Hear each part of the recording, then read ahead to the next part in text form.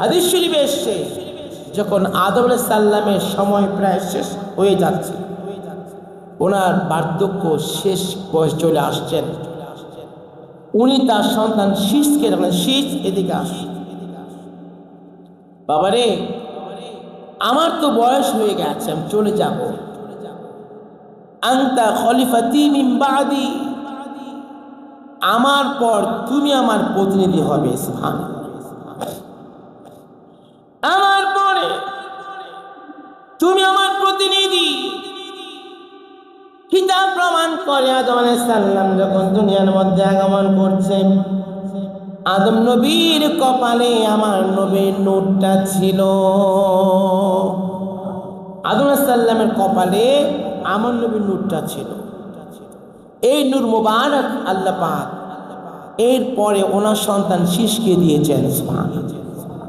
শীষরে তুমি আমার পরে আমার খলিফা হবে, আনতা খলিফাতি মিন বাদি, আমার পরে তুমি খলিফা। কুল্লামা যাকারতাল্লাহ, যখন আল্লাহ জিকির করবা, ফাদকুর ইলা যানবিহি ইসমা মুহাম্মাদিন সাল্লাল্লাহু আলাইহি ওয়াসাল্লাম, যখন তুমি আল্লাহর জিকির করবা, ওই জিকিরের পাশাপাশি মুহাম্মদ নামটাও জপবা। সুবহানাল্লাহ, ওই নামের জিকির করবা, ওই নামটা নিবা। এবার সন্তান শীষ বলে, আব্বা জান এইটাকে, এমন কি তার শান, উনি ওনার কি শান আল্লাহর নামের সাথে, আল্লাহর নামের পরে তার নাম জপবো, এটা কারণটা একটু বলেন, বিস্তারিত বলেন। আদম আলাইহিস সালাম বলে, এটা সেই নাম রে শীষ, আর শাজমে আল্লাহর নামের পাশে একটা নাম আছে, সেই নাম হচ্ছে মুহাম্মদ। সুবহানাল্লাহ, আল্লাহর নামের পাশে একটা নাম আছে।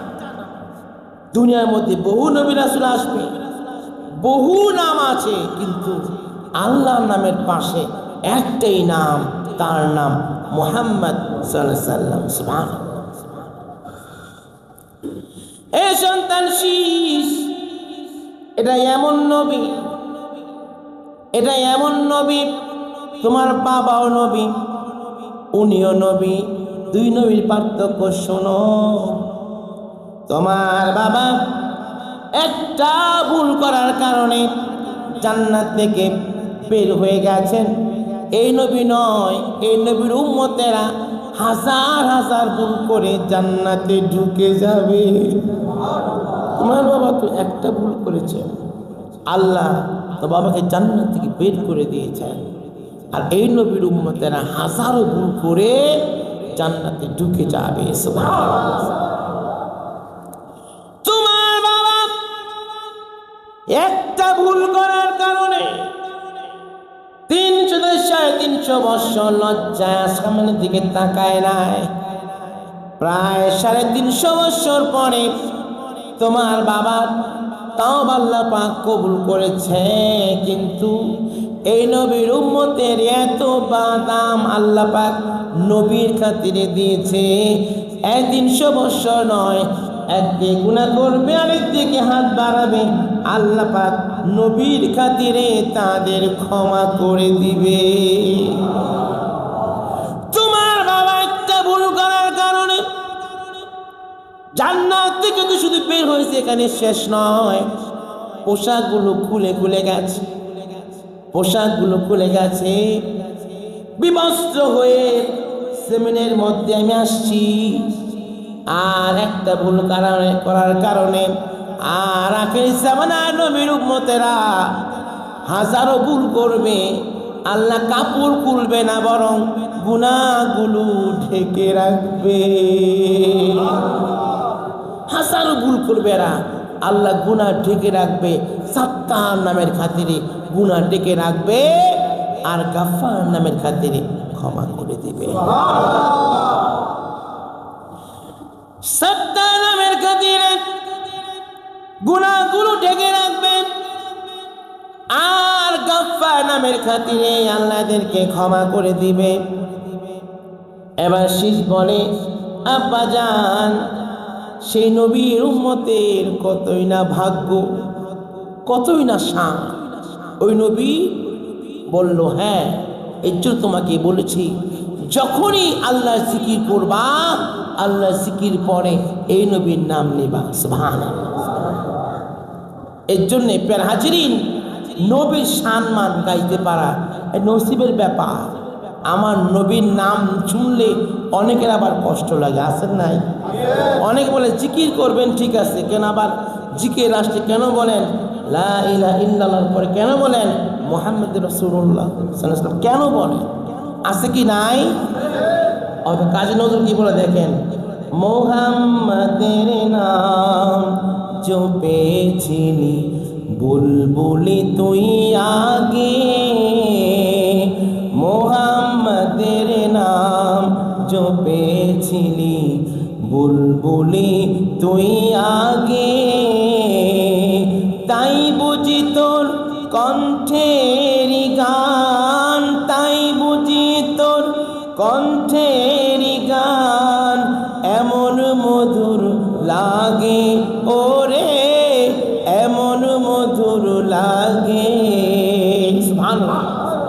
আদম আলাইহিস সালাম তার সন্তান শীষকে বলতেছেন, কুল্লামা যাকারতাল্লাহ, যখন আল্লাহ জিকির করবা, ফাযকুর ইলা যানবিহি ইসমা মুহাম্মাদিন সাল্লাল্লাহু আলাইহি সাল্লাম, তুমি আল্লাহর নামের পাশে এই নামটা, আখির জামান নবীর নামটা জপবা, বলবা। আর আমার নবীর উম্মত হয়ে বলে, কালিমা জিকির করলে লাস্টে নবীর নাম বলা দরকার নাই। কি কপাল পোড়া দেখেন, কি কপাল পোড়া। অথচ যারা মহব্বত বুঝে, নজরুল কি বলে, ওই নামের মুসাফির রাহি, চাই না তখ্ত শাহান শাহী, নিত্য নাম ইয়া ইলাহি, নিত্য নাম ইয়া ইলাহি, যেন হৃদয় জাগে, নামে এত মধু থাকে, কে জানি তো আগে, নামে এত মধু থাকে। সুবহানাল্লাহ। নজরুল বলে, অনেক নবীর নাম শুনছি, কিন্তু আমার নবীর নামে যে মধু আছে এই নাম অন্য নবীর নামের মধ্যে নাই। সুবহানাল্লাহ। মুহাম্মদ নাম যতই জপি ততই মধুর লাগে, নামে এত মধু থাকে, কে জানি তো আগে, নামে এত মধু থাকে। সুবহানাল্লাহ। এর জন্যে কে কি বললো উল্টা পাল্টা আমাদের শোনা দরকার নাই। আমার নবী সাহাবায়ে কেরাম যে পথে চলে গিয়েছেন, আউলিয়া কেরাম যে পথে গিয়েছেন, আমরাও সে পথেই যাব। আল্লাহর নামে জিকিরও করব, নবীর নামে দুরূদ পড়ব বলি ইনশাআল্লাহ।